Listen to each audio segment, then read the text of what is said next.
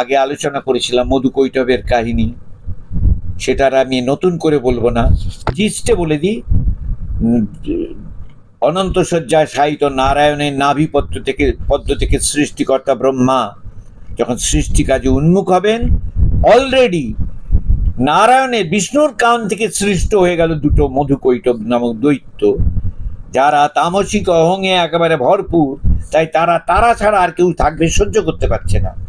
তারা তাই বিষ্ণুকে ডিস্টার্ব করলো না, কারণ বিষ্ণু দেখছে অচেতন হয়ে পড়ে আছে, উনি যে ঘুমিয়ে আছেন, ওকে ডিস্টার্ব করছে। কিন্তু এই দেখছে কার্যশীল হওয়া সহ্য করবে না। ব্রহ্মা কিন্তু ওদের কোনো ক্ষতি করেননি, ওরা ছাড়া কাউকে থাকতে দেবে না। এটা হলো তামসিক অহংয়ের একটা লক্ষণ। আমি তামসিক অহংয়ের একটা বিশেষ দিক হিসেবে আগেই বলে রাখি, আমরা তামসিক, রাজসিক, সাত্ত্বিক তিনটে অহংয়ের কথাই পরে বলবো যখন আসবে। তামসিক বলে ফিক্সড কিছু নেই, কিন্তু রাজসিক বলে ফিক্সড কিছু নেই, সাত্ত্বিক বলে ফিক্সড কিছু নেই। তিনটে বড় ব্লক। তামসিক আর রাজসিকের মধ্যে তম প্রধান, একটু রজ আছে, তমটা একটু কমলো, রজটা আর একটু বললো, এই করে করে একবারে রাজসিক হয়ে যাচ্ছে, অর্থাৎ মাত্রার তফাতে। এরা হলো ঘনীভূত তামসিক, একদম এবারে পিওর তামসিক, একেবারে সহ্যের বাইরে আমরা ছাড়া কেউ থাকবো। তারা বলশালীও বটে, বিষ্ণুর বলে বলশালী। এখানে দুটো প্রশ্ন, একটা হলো সৃষ্টিকর্তা সৃষ্টি কাজ না করতেই সৃষ্ট হলো কি করে ওরা দুজন? এখানে অত্যন্ত গভীর একটা দিক আছে শক্তিতত্ত্বের, যে মহামায়ার নিজে যে সৃষ্টিকর্তা সৃষ্টি করেছেন, পালনকর্তা তৈরি করেছেন সেই সৃষ্ট জিনিসকে পালন করার জন্য, এবং লয়কর্তা তৈরি করেছেন সেই সৃষ্ট বস্তুগুলোর পালিত হতে হতে এক সময় রূপান্তরে লয় হয়ে যাওয়া। তাছাড়াও মহামায়া ডাইরেক্টলি সৃষ্টি করার ব্যাপার আছে, নইলে মধুকৈটব সৃষ্টি হয় না। তার মহামায়ার হাতে সুকু সমস্ত, কিন্তু মূল জায়গাটা আছে, এক্সক্লুসিভ না। ব্রহ্মার কাছে সৃষ্টির কাজটা এক্সক্লুসিভ না, বিষ্ণুর কাছে পালন ক্ষমতার ব্যাপারটা এক্সক্লুসিভ না, শিবের কাছে এখানে যে শঙ্খ, তার কাছে লয়েরটা এক্সক্লুসিভ না। তিনটেরই আসল পাওয়ার কিন্তু মহামায়ার। তিনি এই সৃষ্টি কার্যের জন্য ব্রহ্মাকে রেখেছেন, এই পালন কার্যের জন্য বিষ্ণুকে রেখেছেন, এইটিতে রূপান্তর এবং লয় করানোর ইত্যাদি ইত্যাদি কাজের জন্য শঙ্করকে রেখেছেন। কিন্তু তাছাড়াও রেখেছেন লীলার ক্ষেত্রে। কেন রেখেছেন সেটা মহামায়া জানেন, কিন্তু রেখেছেন তার প্রমাণ, যে ব্রহ্মা সৃষ্ট না করতেই মধুকৈটব সৃষ্ট হয়েছে। তার তারা এলো থেকে, বিষ্ণুও তাকে সৃষ্টি করেননি, বিষ্ণুর কর্ণমল থেকে, তার পালিকা শক্তি থেকে, পালনী শক্তি থেকে। এই সঙ্গে আমি এখানে ডায়ালেকটিক্সের কথা বলবো না, তার যে কোনো জিনিস সৃষ্ট হলে তার সঙ্গে তার বিপরীত দিকের একটা ধারা সৃষ্ট হতে থাকে। এইটি চণ্ডী আমাদের শেখাচ্ছে, নইলে মধুকৈটব আসতো না, আসতে পারে না। এবার পরের জায়গায় যাচ্ছি। সেই মধুকৈটব ব্রহ্মাকে চ্যালেঞ্জ করলেন, শেষ করবেন বলে। ব্রহ্মা তখন কি করলেন? বিষ্ণুকে কিন্তু উনি ডাকতে গেলেন না। উনি জানেন তো যে বিষ্ণু আমি সব যার আন্ডারে, তাকে ধরতে হবে। তাকে বলা হচ্ছে মহাকালী। তিনি তমগুণের মূল দেবী। কিন্তু বন্দনা যখন করছেন ব্রহ্মা, তখন দেখছি তিনি তিনটে গুণেরই অধিষ্ঠাত্রী হিসেবে মহাকালীকে বলছেন। কারণ ব্রহ্মা জানেন, আমরাও জানবো চণ্ডীর মধ্যে দিয়ে, দেবী তিনজন আসলে নয়, দেবী একজন, দেবী মহামায়াই খালি। তিনি এই এপিসোডে, এই জায়গায়, এই প্রথম চরিত্রে তিনি সেই মহামায়াই মহাকালী হিসেবে আছেন। এই মহামায়াই মহালক্ষ্মী হিসেবে পরেরটিতে পাবো, এই মহামায়াই মহাসরস্বতী হিসেবে তৃতীয়টায় পাবো। অর্থাৎ আগেই আমি এটা ক্লিয়ার রাখছি যে তিনজন নয়, একজন দেবী। এই ক্ষেত্রে, এই তমগুণের ক্ষেত্রে প্রকাশে তিনি মহাকালী হিসেবে এসছেন। তখন আর দুজন ওদিকে রয়েছেন তা নয়। এবার পরবর্তীকালে যখন আমি বৈকৃতিক রহস্য পড়বো কিংবা প্রাধানিক রহস্য, আমাকে কেউ জিজ্ঞেস করতে পারেন ওখানে যে তিনজন বলে বলা, এটা আমাদের বোঝাবার জন্য। কারণ মা নিজেই বলছেন একই বাহং জগত্তত্র দ্বিতীয়া কা মমাপরা, এক আমি ছাড়া দ্বিতীয় নেই। ওই এক আমি ছাড়া দ্বিতীয় নেইটি হলেন ব্রহ্মস্বরূপিণী মহামায়া। এবার তিনি এক্ষেত্রে মহাকালী, এর পরেরটা আমরা মহালক্ষ্মী পাবো, তারপরেরটা মহাসরস্বতী। আমি রিপিট করলাম কথাটা। এইবার ব্রহ্মার সেই বন্দনার জায়গায় আবার যাব, যেখানে ব্রহ্মা জগন্মাতাকে, জগন্মাতা বলে বলবো না, এখন আমরা তো মাতা বলছি, তিনি পরম পরম সত্তাকে মহামায়া সম্বোধনে আর তং পরা প্রকৃতি সাক্ষাৎ ব্রহ্মণ পরমাত্মন, এটা তন্ত্রে বলছে।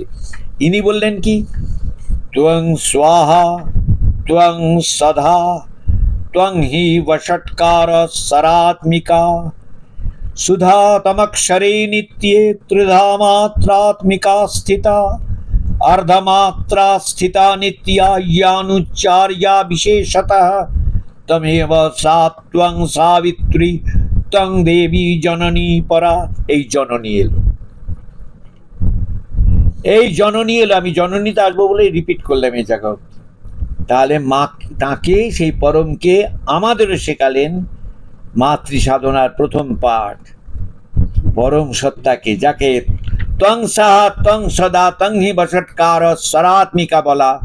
হে শ্রোতা, হে ভক্তজন, হে শরণাগত জন, সেই পরম সত্তাকে মা বলে ডেকে নাও, মা বলে গ্রহণ করো, মা বলে সম্বোধন করো। এই মা বলে সম্বোধন করে তিনি এবার যে পরপর বলছেন, আমি সেই কথাগুলোর মধ্যে যাচ্ছি। এবার সেই আগের দিনে তোলা মন্ত্রটা বলি। महाविद्या महामाया महामेधा महास्मृति महामोहा च भवती महादेवी महासुरी प्रकृतिस्तंच सर्वस्व गुणत्रय विभाविनी। এই যে প্রকৃতিস্তঞ্চ সর্বস্ব গুণত্রয় বিভাবিনী, তিনটে গুণে বিভাগ করে তোমায়, সত্য রজ তম গুণ। এটা নিয়ে আমি আগে অনেক কথা বলেছি, পরেও বলবো। প্রকৃতিস্তঞ্চ এই যে বলা, তার মানে বোঝানো হচ্ছে যে প্রকৃতির মধ্যে, প্রকৃতির বিন্যাসে তিনটে গুণ কাজ করছে মেকানিক্যালি না, তিনটে গুণে ফিক্সড রয়েছে গুণের ক্রিয়াগুলো, কিন্তু সেগুলো সঞ্চালিত করছো তুমি। তিনটে গুণ শুধুমাত্র প্রকৃতি না, প্রকৃতির মধ্যেই তিনটে গুণ সঙ্গে তোমার কাজ করছে, সেটা তোমার চিন্ময়ী শক্তি, চিৎ শক্তি। তুমি তিনটে গুণকে নিয়ে খেলাচ্ছ। যদি ফিক্স থাকতো তাহলে তো তিনটে গুণ একই রকম প্রোডাকশন দিয়ে যেত খালি, তা তো না। তার মানে এখানটা চিত্রণ আছে, এখানে একটা মানে আলপনা আছে, এটা একটা প্রকারান্তরে বৈচিত্র্যের জায়গা আছে। সেইটা তো ত্রিগুণের কাজ না, সেটা তোমার ইচ্ছা, তুমি ইচ্ছাময়ী, তোমার ইচ্ছায় সেটা হয়। তাই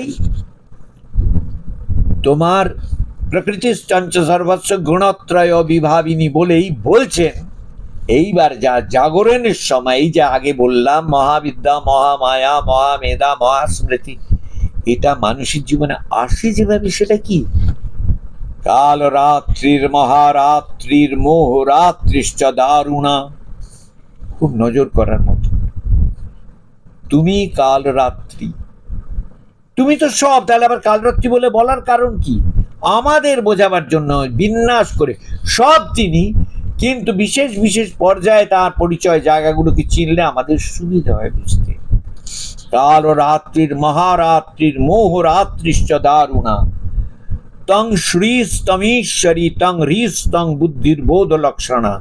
কাল রাত্রির মহারাত্রির মোহ রাত্রিশ্চ দারুণায় আমি একটু উল্টো করে বলি জিনিসটাকে। উল্টো করে মানে আমি উল্টো ব্যাখ্যা করে বলছি না। দেখুন, মহাবিদ্যা বলেছি যে ব্রহ্মবিদ্যা, আমার একটা নিজের কাগজে নোট রয়েছে, সেই জন্য এদিকে তাকাচ্ছি। মহামায়া কি? ব্রহ্মের স্বভাব শক্তি সমন্বিতা প্রকাশ, অর্থাৎ ব্রহ্মস্বরূপিণী সর্বশক্তিময়ী যে প্রকাশ। মহামেধা কি? ব্রহ্মের আত্মজ্ঞান শক্তি, যার দ্বারা সমস্ত অনুভব হয়। হ্যাঁ, আর যা জীববোধকে উন্নীত করার জন্য বিশেষ অবস্থায় জাগতিক আভ্যুদয়িক লোভ থেকে সকাম ভাবনা থেকে উন্নীত করে তাকে আত্মজ্ঞানের দিকে নিয়ে যায় মহামেধা। আচ্ছা, কিভাবে মহামেধা আসে? মহতি ধারণা রূপে, গুরু সঙ্গে, শাস্ত্র সঙ্গে ভেতরে আস্তে আস্তে প্রত্যেকের মধ্যেই তো আসলে রয়েছে আনফোল্ডমেন্ট। বাইরের জ্ঞানটা হয় অ্যাকুয়ার করা, বই পড়ে, ফিজিক্স, কেমিস্ট্রি, ম্যাথামেটিক্স, অ্যাকাউন্টেন্সি। আর ভেতরের জ্ঞানটা হয় আনফোল্ডমেন্ট, এটা অলরেডি আছে, ওটা আস্তে আস্তে জেগে ওঠে মহাস্মৃতি। পরতে পরতে ওটা ঢাকা রয়েছে নানা উপাধিতে। নানা উপাধি মানে শুধু MA ডক্টরেট বলছি না, আমি বাবা, আমি জেঠু, আমি দাদা, আমি কাকা, এগুলো উপাধি। এগুলো এক একটা সাপেক্ষে আমার পরিচয়। সাপেক্ষগুলোকে সরিয়ে দিলে আমার পরিচয় কি? আমি একটা অস্থিবোধ মাত্র। আচ্ছা, মহাদেবী বললাম কি আভ্যুদয়ী কৃপাময়ী প্রকাশে জগন্মাতা, যোগমায়াও তাই, যিনি আমাদের যোগের পথে নিয়ে যান। আর মহা অসুরী কি আভ্যুদয়ী দ্বন্দ্ব সৃষ্টিকারিণী আসুরী শক্তি। তুমি আভ্যুদয়ী দ্বন্দ্ব সৃষ্টিকারিণী মানে এই যে লীলা চলছে, এই যদি জ্ঞানের আলোয় থাকে তো একটু কিছুদিন পরে পরে দুমদুম করে সব ব্রহ্মজ্ঞানে চলে যাবে, তো জগৎ লীলাটাই হবে না। লীলাটা কাজ করতে হলে তার মাঝখানে বিঘ্ন একটা পার্ট, কি সাংঘাতিক কথা। এবং এর প্রমাণ দুটো শ্লোক আমি এখানে নেই, কিন্তু আমি সে দুটো বলছি, সবাই জানেন। গীতায় আছে, যদা যদা হি ধর্মস্য গ্লানির্ভবতি ভারত। যদা যদা মানে দুবার বলা হলো, আমি গীতার ব্যাখ্যা, আমি চণ্ডীরটাই যাব। যদা যদা মানে যখন যখনই। আচ্ছা প্রভু, তুমি এসে যদি গ্লানি দূর করে সব ঠিক করেই দাও, তারপরে আবার এই যদার পরে আবার আরেকটা যদা কেন? আবার কেন গ্লানি আসবে কি করে? তুমি তো করেই দিয়ে গেলে পরিষ্কার। যদা যদা হি ধর্মস্য গ্লানির্ভবতি ভারত অভ্যুত্থানম অধর্মস্য তদাত্মানং সৃজাম্যহম। তাহলে তুমি যদি মানে অধর্মের অভ্যুত্থান হলে সেটা সাফ করে দিয়ে যাও, তারপরে আসছে কি করে আবার গ্লানি? তার মানে গ্লানি তোমার একটা জায়গায় স্টক মেটেরিয়াল, তুমি এই গ্লানি দিয়ে তোমার লীলাকে পোস্টাই করো। ঠাকুর বলেছেন লীলা পোস্টাইয়ের কথা। এই গ্লানি তার মানে একটা পার্ট। যখন আবার এই গ্লানিটা বেড়ে যায়, তখন আমি অবতীর্ণ হই। চণ্ডিতেও বলা ইত্থং যদা যদা বাধা। একবার ইত্থং যদা বাধা বলে এই যে এসে গেছে হয়ে গেল, তারপর মহিষাসুরের পর আবার আরেকটা এলো কি করে? আবার শুম্ভ নিশুম্ভ এলো কি করে? তাহলে তার মানে ওনার ব্যবস্থাপনাই রয়েছে, অসুরের আবির্ভাব প্রাদুর্ভাব, কিন্তু বাড়াবাড়ি করলে তখন আবার নিধনও আছে। বড় রহস্য, মহামায়ার রহস্য। মহামায়া জানেন, যতটুকু জানতে দেন মানুষ ততটুকু জানতে পারে, তার বাইরে মানুষের জানার উপায় নেই। তবু যারা জানতে যান তাদের জীবনে কতগুলো পর্যায় আসে, সেই পর্যায়গুলোকে আমরা ব্যক্তি জীবনেও পাই, কল্পের সমষ্টি জীবনেও পাই। কাল রাত্রির মহারাত্রির মোহরাত্রিশ্চ দারুণা। আগে সমষ্টি জীবনেরটা বলি। কাল রাত্রি হলো কল্পান্তর রাত্রি, অর্থাৎ একেতে যে কল্প, যেমন আমাদের এখন একটা কল্প চলছে। কি কল্প চলছে এখন বলার কথা আমার দরকার নেই। প্রত্যেকটা এই সূর্যমণ্ডল নিয়ে যে এই যে জগৎটা চলে যাবে, নিশ্চিন্ত থাকুন, চলে যাবে। এই সূর্য, তার পাশে 9টা গ্রহগুলো ঘুরছে, চলে যাবে। এরকম কত জায়গায় কত সূর্য আছে তার ঠিক নেই। এবং তার পাশে এরকম লোকজন, মানে মানুষ বলবো না, মানে জীব রয়েছে, এরকম আছে। আমরা যে আমাদের যে চেহারা দেখছি, এটাই পারফেক্ট চেহারা জীব এই জগতের জন্য। ওই জগৎগুলো আবার আরেক রকম কি আছে কে জানে, তার খেলা তিনি জানেন। আমরা এই যে নানা রকম প্রজাতি দেখি, উমা এই কিরকম প্রজাপতি, ওমা এই কিরকম পিঁপড়ে, ওরকম দেখলে বলবো ও ওমা এই কিরকম জীব। হতেই পারে, হবেই বলছি না, না হবার জায়গাটাও কিন্তু বড় কম, হওয়ার জায়গাটা অত্যন্ত ছিল। এবং কত জগৎ কত এরকম এসছে গেছে, তার ঠিক আছে। এই আমরা ভাবি যদি এই জগতে এই যে আরম্ভে বলা হয় এই জগৎ তিনি সৃষ্টি করলেন, আরম্ভ, বিগ ব্যাং, এটা হলো পার্টিকুলারলি এই জগৎটার জন্য, এই পার্টিকুলারলি এই সূর্যমণ্ডলটার জন্য। এরকম কত সূর্যমণ্ডল, সূর্য তো একটা নক্ষত্র, কত নক্ষত্র ধরে এরকম মণ্ডল তৈরি হয়েছে মা জানেন। কারণ তার হঠাৎ একদিন খেয়াল হয়েছে একটা ওয়ান ফাইন মর্নিং আর এই জগৎ সৃষ্টি হলো। এ ভাবাটাও আমাদের ভুল। এইভাবে ভাবলেও আমাদের সে মমত্বকর্তীতি মহা অন্ধকারের মতো অন্ধকারের ভাবনায় আমরা ঘুরবো। তাহলে কাল রাত্রি হলো এক একটা যে কল্প তার সমাপ্তির রাত্রি। তুমি মা, কারণ তুমি সমাপ্তি টানো সেটা। মহারাত্রি তুমি আবার, অর্থাৎ মহাপ্রলয় রাত্রি। আচ্ছা, আমি এখানে চণ্ডীর যে ক্রম বলা আছে তা ছেড়ে দিয়ে একটু আমি ব্যাখ্যার ক্রমে যাচ্ছি। প্রথম বলবো সৃষ্টিটা হয়ে যাওয়ার পর যেটা, সেটা হলো মোহরাত্রি। একটা নতুন করে ফ্রেশলি ভাবুন, জগৎ সৃষ্ট হয়েছে, এই যে ব্রহ্মা করতে যাচ্ছেন সৃষ্টি এবং মধুকৈটব এলো, এটা হলো মোহরাত্রির ব্যাপার। কারণ ব্রহ্মা যা সৃষ্টি করবেন সবার মধ্যে মোহ দিয়ে দেবেন, জীবদের মধ্যে মোহ দিয়ে দেবেন। কি মোহ? আমি একটি আলাদা জীব।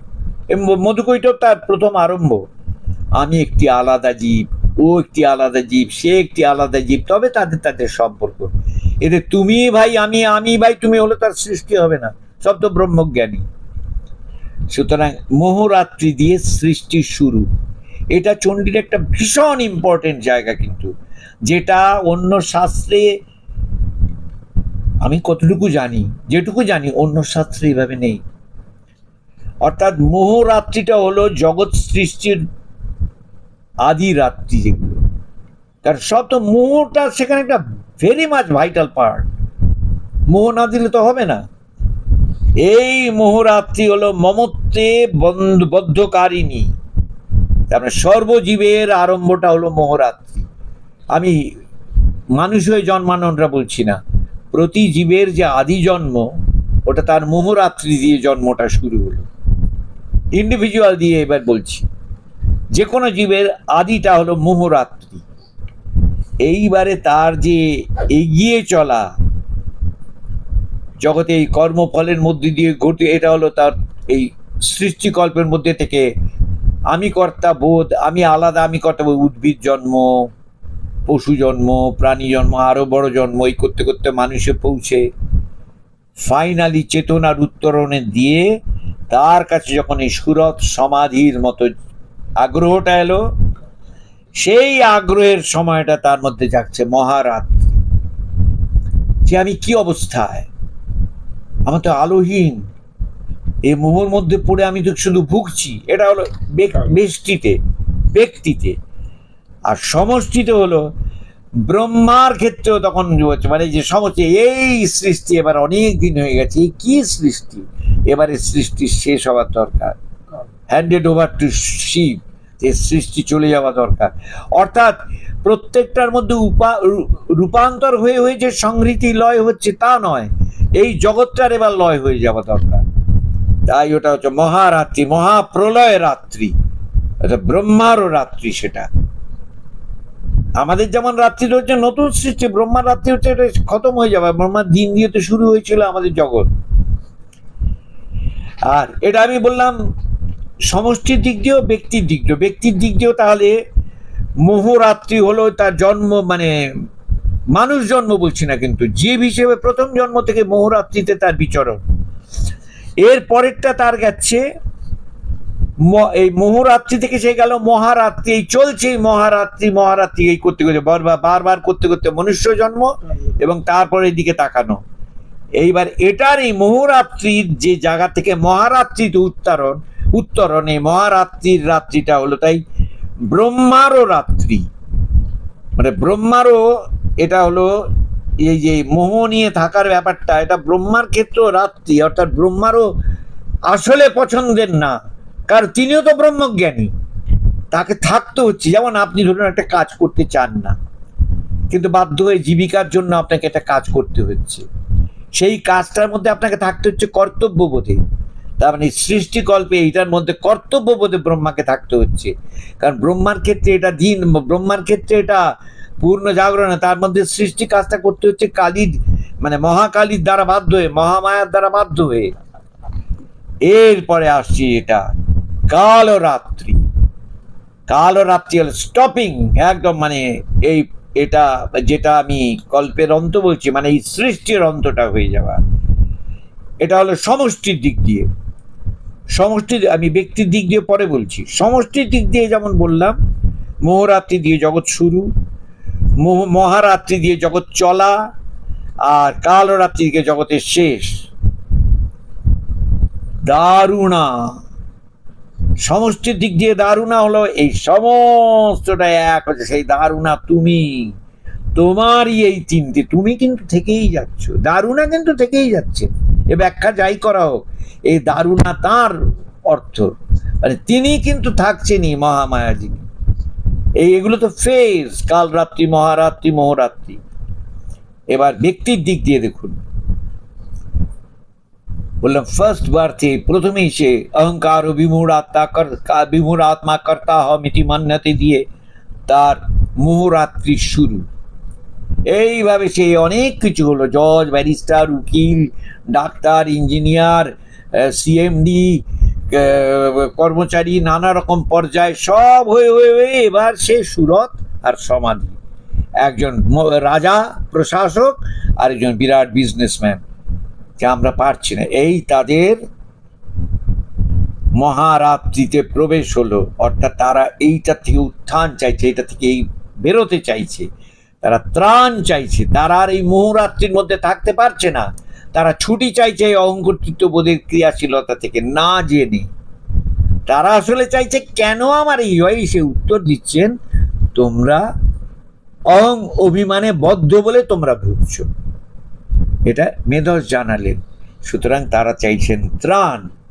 এই ত্রাণ চাওয়া দশাটায় তাদের কি হচ্ছে, পথটা পেলেন, জানালেন এই মহামায়া, তাকে ধরো, তাকে আশ্রয় করো, তার প্রতি শরণাগত হও, এই তার এই মহামন্ত্র আমি পড়ছি। এইবারে আমি কিন্তু এখনো যোগনিদ্রা সবের বাকিটুকু পড়িনি, আমি ইচ্ছে করে বলে দিচ্ছি পরবর্তী জিনিসগুলো কিছু একটু নাটসেলে। এই যে দশায় সুরত আর সমাধির মধ্যে, ও তাই না কি দশাটা এলো, মোহরাত্রি কেটে গেছে তার, সে মোহরাত্রি থেকে মহারাত্রির মধ্যে দিয়ে গিয়ে এবার সে চাইছে এটার থেকে উত্থান। সে প্রবিষ্ট হচ্ছে জায়গায়, তখন কিন্তু মাকে পায়নি, কিন্তু তার কাছে ভেসে উঠছে, বুঝে উঠছে আস্তে আস্তে যে এর অতীতে আলাদা একটা জীবন আছে, সেই জীবনটা দিব্য জীবন। এই দিব্য জীবনের আমি পাচ্ছি না, কিন্তু তার আভাস পাচ্ছি ঋষি মুখে। তখন তার মধ্যে যে ক্রিয়াশীলতা, সেই যে ব্যাপারটা চলছে, এই হলো কাল ও রাত্রি। অর্থাৎ তার মধ্যে ধৈর্য নিয়ে তার অপেক্ষমানতা। সে গুরু পেয়ে গেছে, অপেক্ষমান, কিন্তু গুরু পেয়ে গেলে সে জানে যে আমি এবার আলো পাচ্ছি, কিন্তু আলো পাওয়াটা হয়ে ওঠেনি তখনও তার। এই অবস্থাটা হলো কাল ও রাত্রি। এবার একটা কথা মনে রেখে দিন, এই কাল ও রাত্রির নাম শব্দটা মনে রেখে এবার ভাবুন।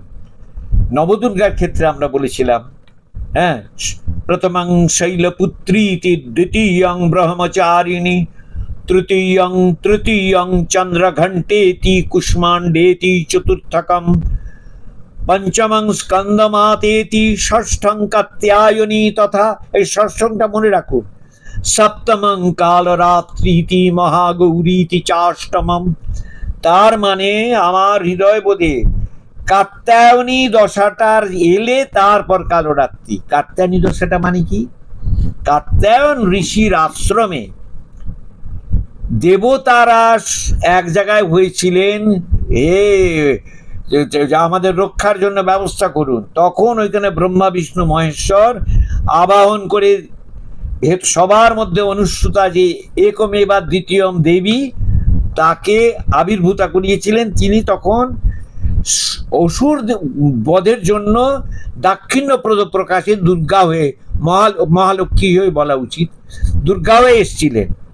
তাহলে তাই তাকে কাত্যায়নী বলা হয়।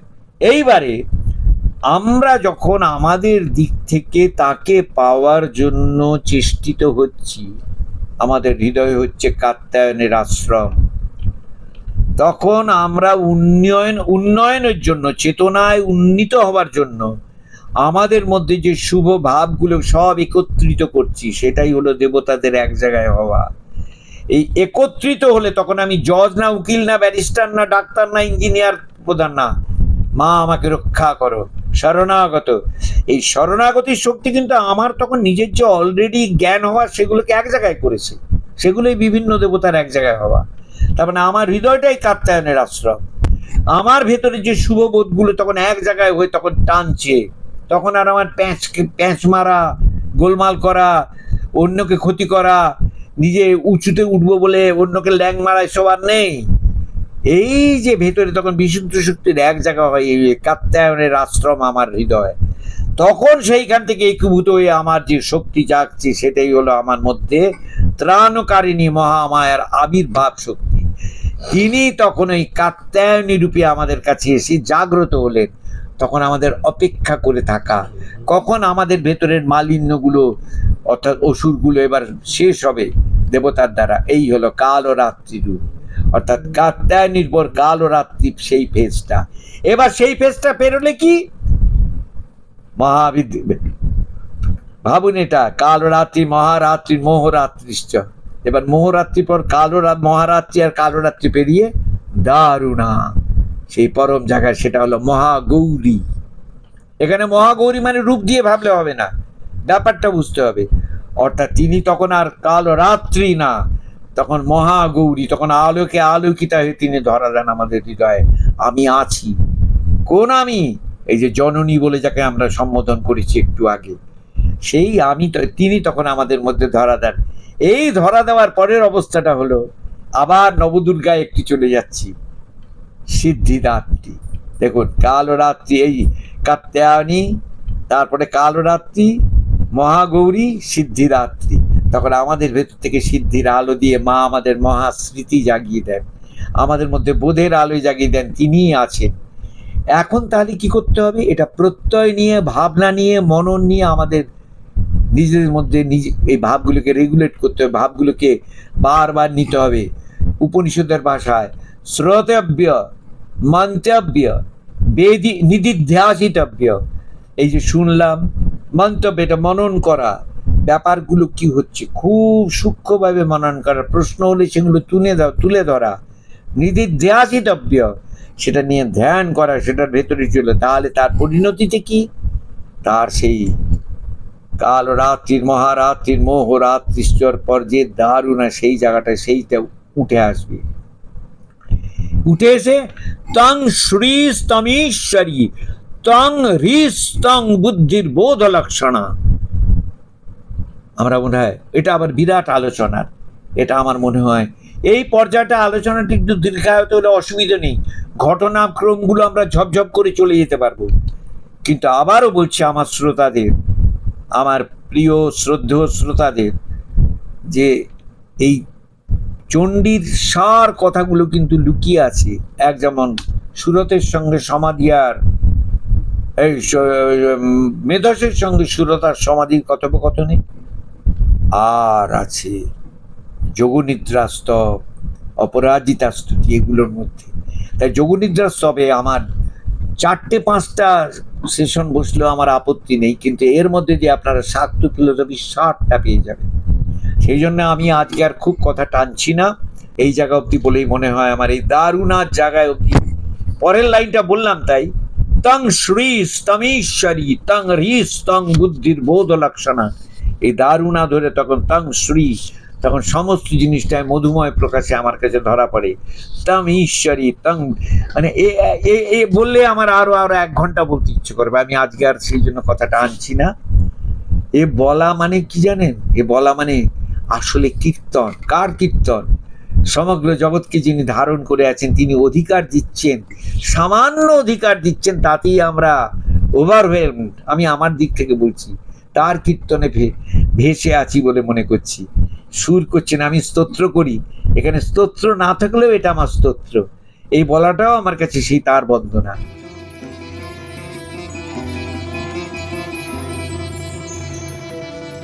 त्वं स्वाहा त्वं स्वधा त्वं हि वषट्कार सरात्मिका सुधातमक्षरी नित्ये त्रिधा मात्रात्मिका स्थिता अर्धमात्रा स्थिता नित्या यानुच्चार्या विशेषतः त्वमेव सा त्वं सावित्री त्वं देवी जननी परा तयैव धार्यते सर्वं तयैतत्सृज्यते जगत् तयैतत्पाल्यते देवी तमत्सन्ते च सर्वदा विसृष्टौ सृष्टिरूपा त्वं स्थितिरूपा च पालने तथा संहृतिरूपान्ते जगतो स जगन्मये महाविद्या महामाया महामेधा महास्मृते महामोहा च भवति महादेवी महाश्री प्रकृतिस्त्वञ्च सर्वस्य गुणत्रयो विभाविनी कालरात्रिर्महारात्रिर्मोहरात्रिश्च दारुणा त्वं श्रीस्तमीश्वरी तं ह्रीस्त्वं बुद्धिर्बोधलक्षणा लज्जा पुष्टिस्तथा तुष्टिस्तं शान्तिः शान्तिरेव च खड्गिनी शूलिनी घोरा गदिनी चक्रिणी तथा शङ्खिनी चापिनी बाणो भूषण्डे परिघायुधा सौम्या सौम्यतरा शेष सौम्यभ्यस्तति सुन्दरी परापराणां परमात्मेव परमेश्वरी यच्च किञ्चित् क्वचित् वस्तु सदसद्वाखिलात्मिके तस्य सर्वस्य या शक्तिः सा त्वं किंस्त्वसे तदा जयात्तया जगत्स्रष्टा जगत्पादात्यो जगत् सोऽपि निद्रावशम्भीतः कस्तांस्तत्मिहेश्वरः विष्णुः शरीरग्रहणम् अहमीशानवेव च कारितास्ते यतो तस्तां कस्ततुं शक्तिमान् भवेत्।